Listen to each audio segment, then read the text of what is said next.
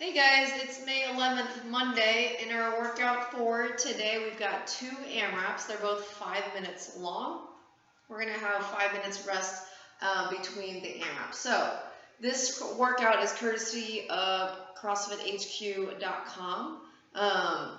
So, if you want to go check out other people's scores within the community, within the CrossFit community, feel free to go to CrossFit HQ to check that out. So, 5-minute AMRAP of 30 double unders or 60 singles if we don't have double unders yet, 20 jumping lunges, and 10 pull-ups. Right? So on the 30 double unders, this should be a number where you're pretty confident you could hit in one set.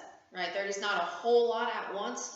So if you kind of sort of have double unders, then I would limit it to a number that you are confident you can routinely hit in 1, maybe 2 sets.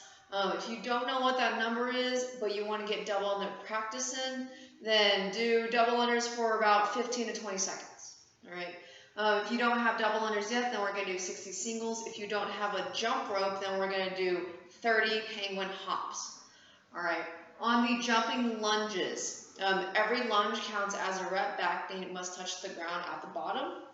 So it's going to be a total of 10 on each side there. And then on the pull-ups, any style pull-up goes.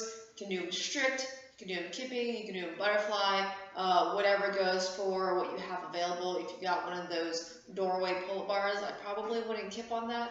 You might want to do strict. If you don't have pull-ups yet, but you have access to a pull-up bar, then you could do jumping pull-ups.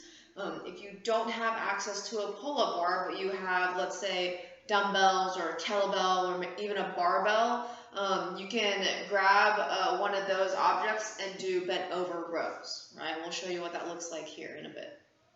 So going over the movements, first with the penguin hop, it is a jump in the air. You're going to slap your thighs twice when you're in the air. Very important that when you slap your thighs, it's while you're in the air. This works on the timing of the double under. So if that's not happening, where you jump up and you hit your thighs twice in the air, then it kind of defeats the purpose of this movement, right? So if that means you need to stop in the middle, that's okay, right? So penguin hop looks like this.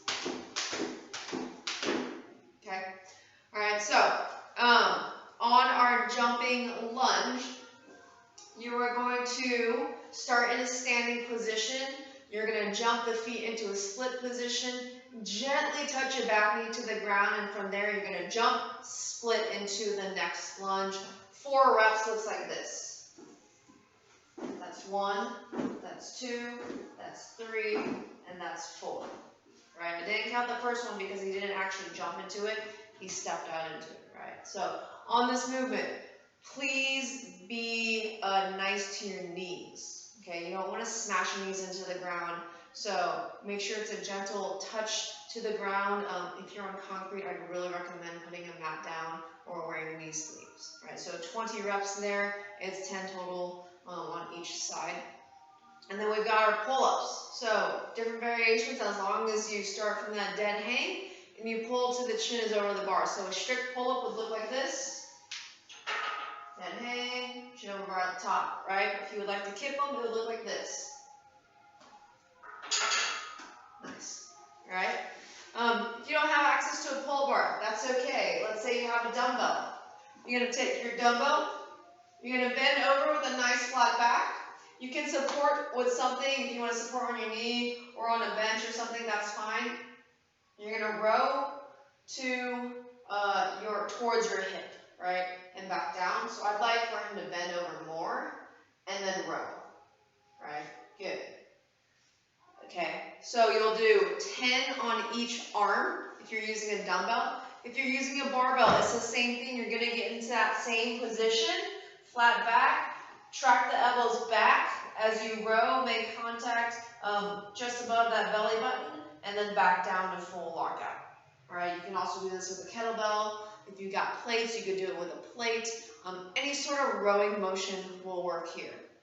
There are also videos floating out there for a DIY pull-up station or pulling station where you take a bed sheet or towel, make a knot, flip it over the door, right, and then you can pull using that, right? So make sure to look that up. Safety first there, guys. Always pull against where the door is closing so the door doesn't flip open on you, right? If you have questions about any modifications or scaling for workouts, please feel free to reach out, guys, through social media, or you can text any of us. Make sure to post your rounds and reps for both AMRAPs, right? They're both separate AMRAPs. You're going to start over at the beginning, and post that to our social media pages. And we'll see you next time.